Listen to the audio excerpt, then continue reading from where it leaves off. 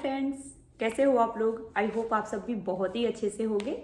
और आज मैं आप लोगों को कुछ चीज़ें के बारे में बताऊंगी। एक्चुअली मैंने भी उसको रेडी किया है कि मैं क्या क्या चीज़ें आप लोगों को बता सकती हूँ, बिकॉज जो मुझे बहुत ज़्यादा इंपॉर्टेंट लगा जब मैं यूएसए आई। मे भी हो सकता है कि जो बाहर के शहरों में रहते हैं लाइक बेंगलोर, हैदराबाद, दिल्ली और मुंबई, उन लड़कियों के लिए मैं उतना इसको प्रेफर नहीं करूँगी, बिकॉज उनका एक्सपोजर काफ़ी अच्छे से हुआ है। तो उनके लिए हम क्या कहें, उनको बहुत सारी चीज़ें पहले से आती होंगी।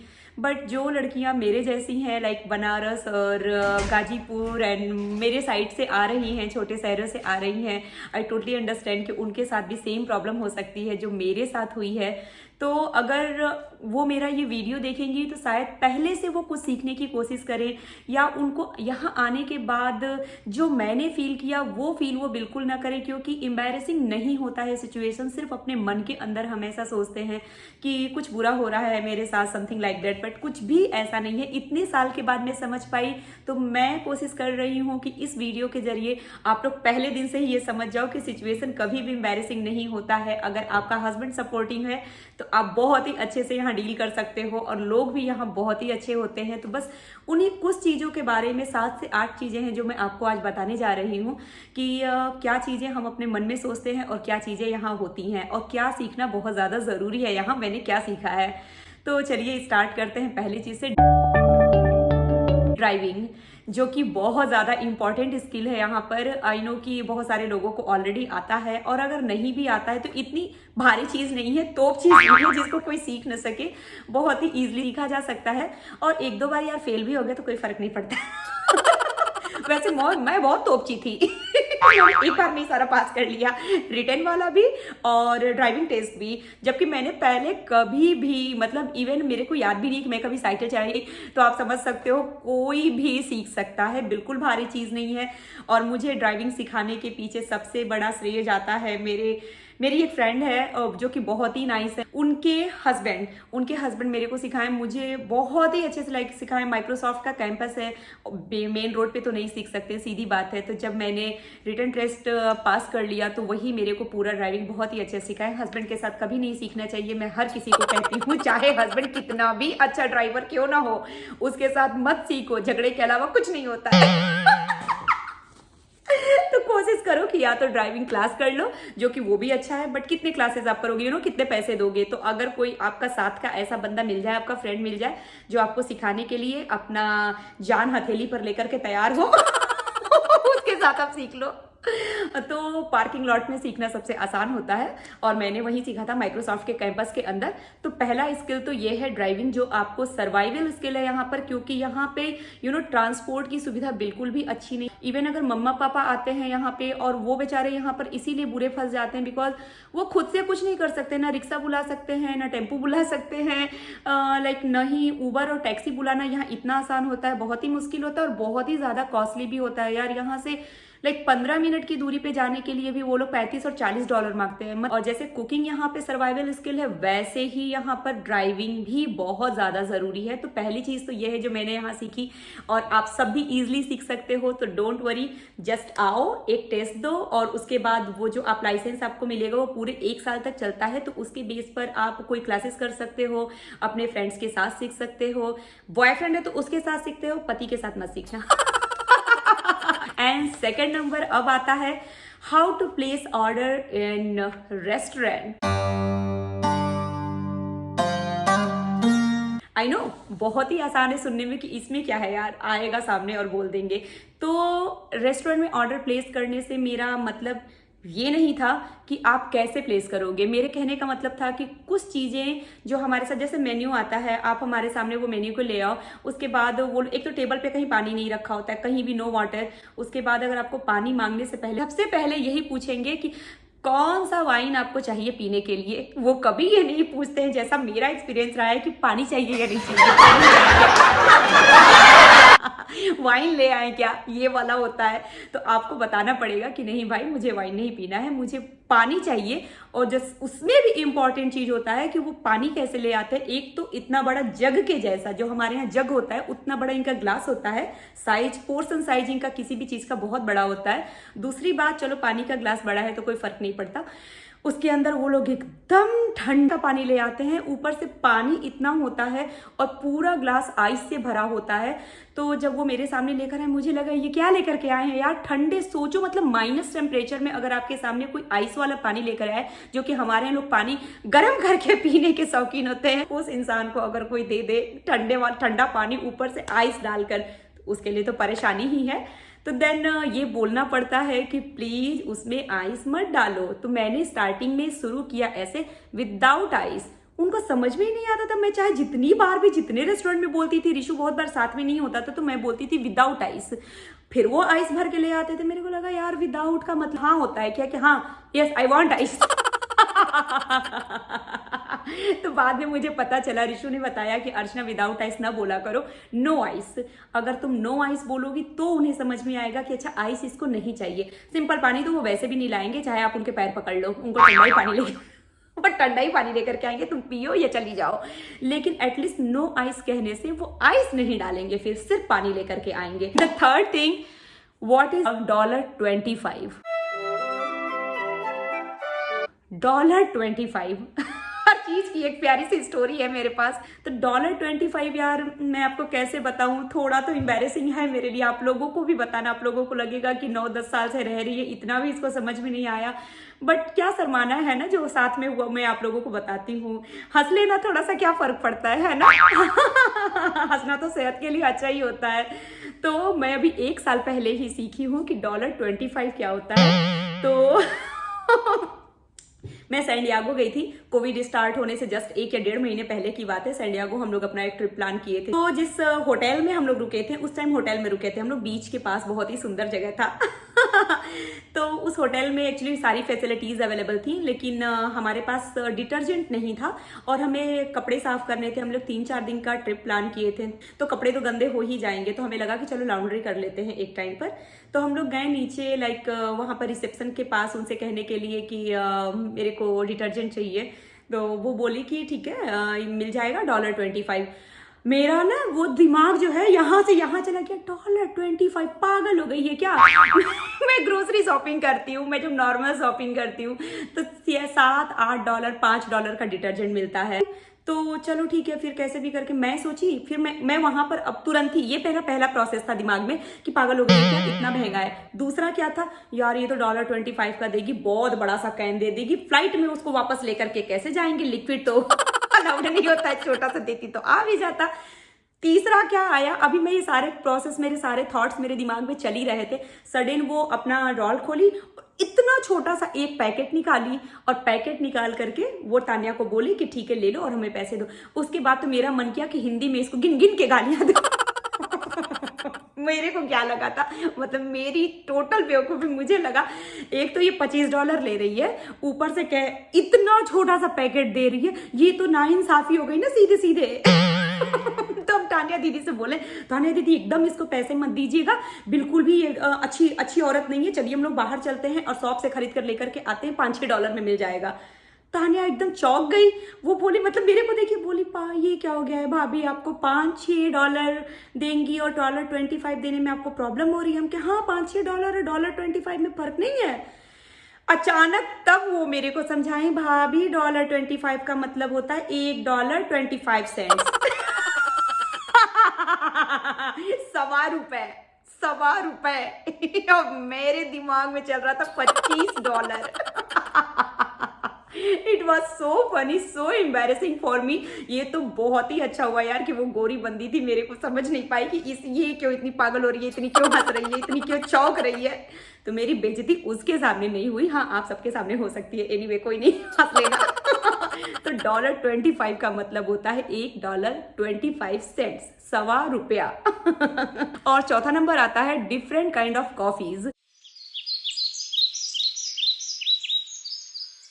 जब आप यहाँ आओगे तो मतलब ऐसे दिमाग जो घूमने वाला होता है ना चीज की, इतने तरीके की कॉफी, जैसे आपका एक तो चाय नहीं मिलेगा तो ऐसे ही आपका दिमाग आउट रहेगा जो चाय पीने के शौकीन है ना, अगर आप बाहर जाते हो तो।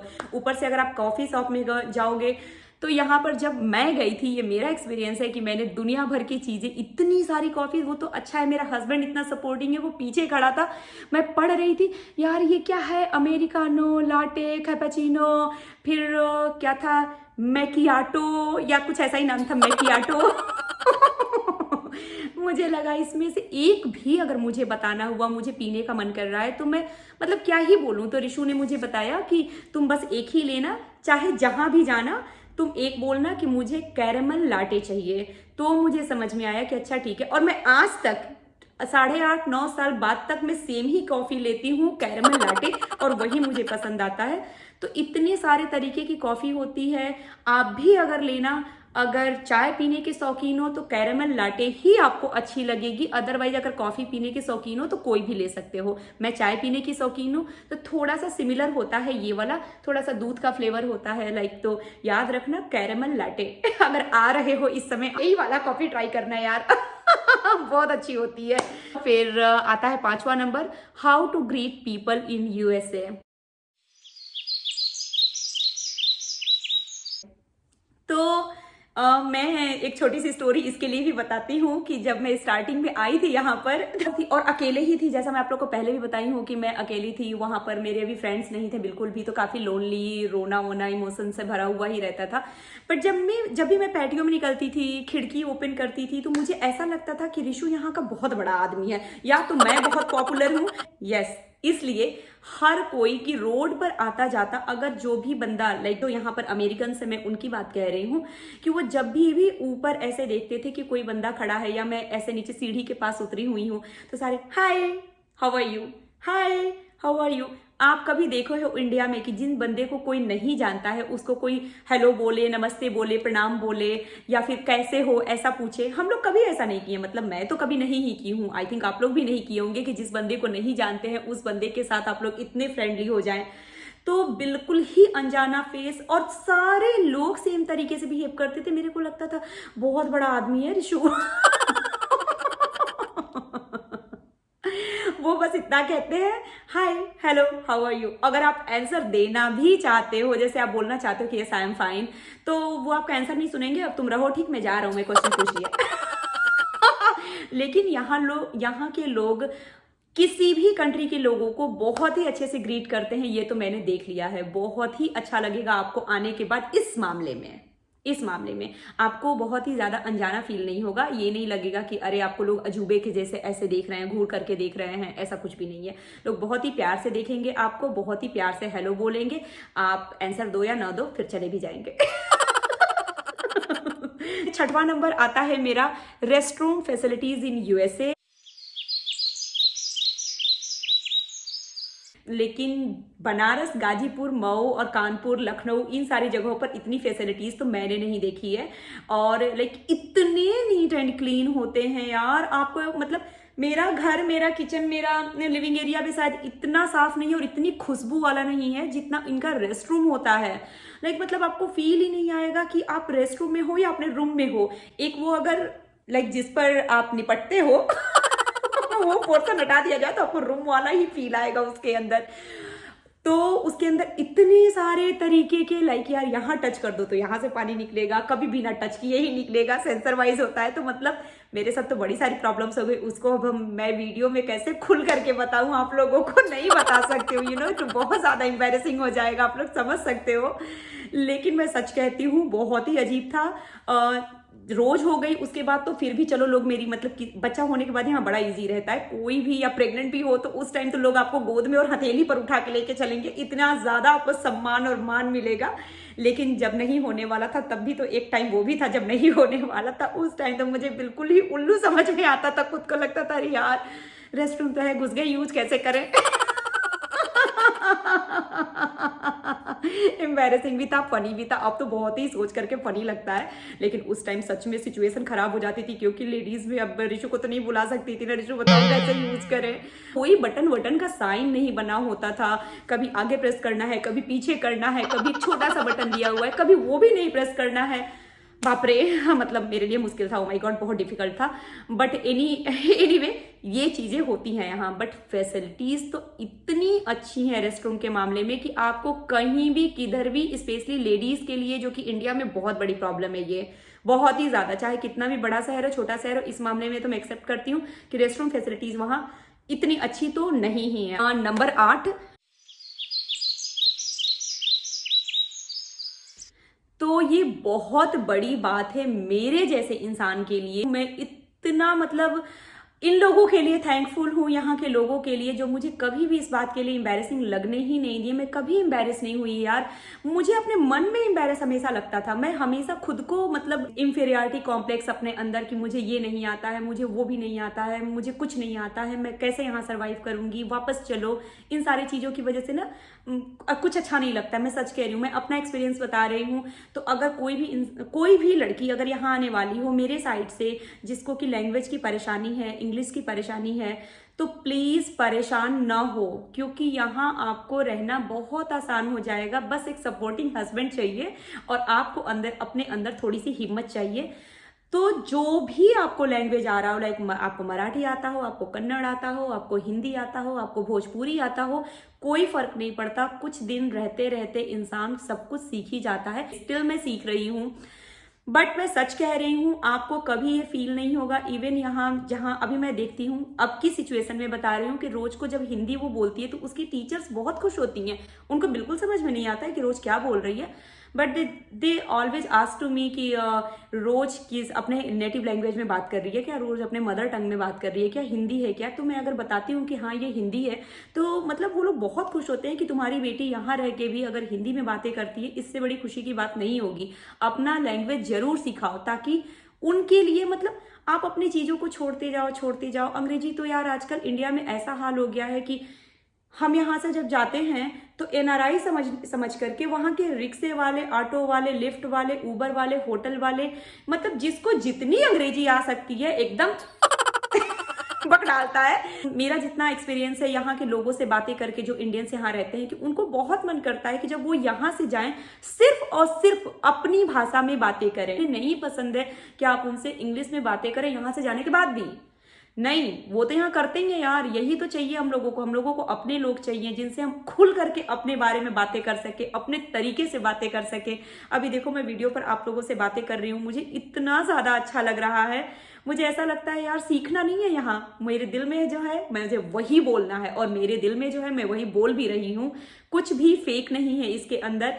तो लैंग्वेज के बेस पर कोई आपको यहाँ जज नहीं करता है। हम सिर्फ अपने मन में खुद को जज करते हैं, जो कि मैंने किया है कई सालों तक। हमेशा ही मुझे एम्बैरेसिंग लगता था, मुझे गिल्ट लगता था, मुझे बहुत ही ज़्यादा इंफीरियरिटी कॉम्प्लेक्स होता था कि मैं कब सीखूंगी। मैं अगर बाहर रहती, मैं अगर दिल्ली में रहती, मेरा एक्सपोजर हुआ रहता, मेरी एजुकेशन बाहर हुई रहती, तो मुझे इतनी परेशानी नहीं होती। ऋषु हमें डेली समझाता था सेम बातें, अर्चना ऐसा क्यों सोचती हो, ऐसा नहीं होता है। तुम्हें आज तक लगा है कि तुम कहीं भी गई हो लोग तुमको बुरा बोले हैं या तुमसे बातें करने की कोशिश नहीं किए हैं। आपको टेढ़ी मेढ़ी उल्टी पुल्टी 2-4 शब्द तो हर किसी को आता है अंग्रेजी का, वो बोलो, उतने से ही लोग आपको समझ जाएंगे कि आप क्या बोलना चाहते हो। और इतने अच्छे से यहाँ के लोग सपोर्ट करते, इवन डॉक्टर्स भी। आपको अगर अपॉइंटमेंट लेना है, जैसा मैं सिर्फ और सिर्फ अपना पर्सनल एक्सपीरियंस आप लोगों के साथ शेयर कर रही हूँ कि आप फोन पर, जैसे ऋषु ने मुझे छोड़ दिया था कि तुम ही अपना अपॉइंटमेंट लोगी, तुम ही डॉक्टर से बातें करोगी कि तुम्हें क्या हुआ है, तुम अपनी बेटी के लिए भी खुद से पूछोगी। तो मैं खुद से ही सब कुछ करती थी, मुझसे गलती होती थी, कई बार गलती होती थी, बट नर्स और डॉक्टर्स इतने प्यारे, इतने अच्छे होते हैं, कभी मुझे फील नहीं होने दिए कि तेरी अंग्रेजी अच्छी नहीं है तो तुम मुझसे बात नहीं कर सकती। बहुत ही प्यार से, बहुत अंडरस्टैंडिंग होते, दोबारा में ही सही मुझसे पूछते थे कि हाँ can you tell me again, can you say it again. तो ओवरऑल मैं आप लोगों से सिर्फ यही कहना चाहती हूँ कि अगर आप लोग यहाँ पर हो या आने वाले हो और मेरे जैसे इंफीरियरिटी कॉम्प्लेक्स से या फिर आपके अंदर किसी तरीके की गलतफहमी है कि लोग यहाँ आपको जज करेंगे आपके लैंग्वेज के बेस पर या इन सारी चीज़ों के बेस पर, तो प्लीज़ उसको अपने दिमाग से निकाल दीजिए। कुछ भी ऐसा नहीं है, आपको बहुत अच्छा लगेगा। ऑफ कोर्स अपने लोगों की कमी तो कोई पूरी नहीं कर सकता। तो अभी तो ये कोविड टाइम है, तो इस समय तो मेरे अंदर हर बातों में से इमोशंस निकलता रहता है, क्योंकि मैं मिल नहीं पा रही हूँ किसी से भी। आने का बहुत मन है यार, बहुत ज़्यादा। जस्ट प्रे फॉर मी कि जल्दी से ये वैक्सीन वगैरह लोगों को लगे और मैं तुरंत इंडिया की तरफ अपने कदम बढ़ाऊँ। बहुत मन है मिलने का। तो ये रही आज की मेरी बातें कि मैंने यहाँ क्या क्या आकर के सीखा और क्या चीज़ें सीखना बहुत ज़्यादा ज़रूरी है। ड्राइविंग उसमें से मस्ट है, जो आपको आना चाहिए। $25। तो ये था आज का मेरा व्लॉग, आज का मेरा वीडियो, जो कि बहुत ही इंपॉर्टेंट है हर किसी के लिए। मैंने थोड़ा फनी वे में इसको बताया है। बहुत ही इंपॉर्टेंट चीज़ें हैं, तो आप भी इसको सीखना, आप भी इसको जानना, और अगर मैं सीखी तो दुनिया का हर लोग सीख सकते हैं। तो चलिए आज का व्लॉग, आज का वीडियो यहीं पर हम लोग ख़त्म करते हैं। और अगर आप लोगों को आज का मेरा वीडियो पसंद आया हो तो please like, share and subscribe to my channel. Don't forget to subscribe. Okay then, see you in my next video. Bye bye.